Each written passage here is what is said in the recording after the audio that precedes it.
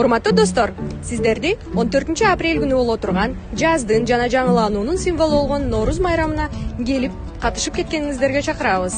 Болоньядагы кыргыздар жана казактардын Нооруз майрамын бирге өткөрүүсү эки элдин ортосундагы биримдикти бекемдейт деп ишенебиз.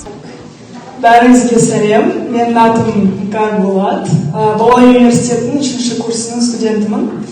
Жалпы қазақ қырғыз бір туған, белбеулерін бір туған деген сөз ол жай айтылған сөз емес. Ежелден бері екі халық бір-біріне бауырлас халық екені анық.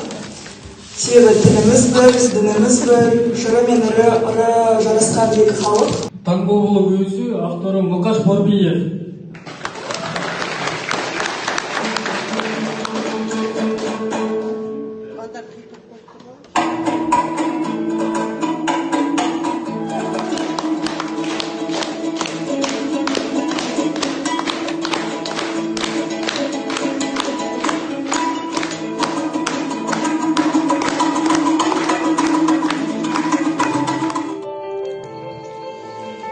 О қасиетті умайыне, қырғыз елінің қорғаушысы, ақылман насаатчысы, қасиетті умайыне меримин менен, ақылмандығын менен бізге бағасын бер.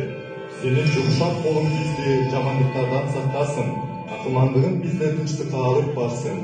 Біз саға сыйынабыз, жана сенің ұлы күчүңө ишенебиз.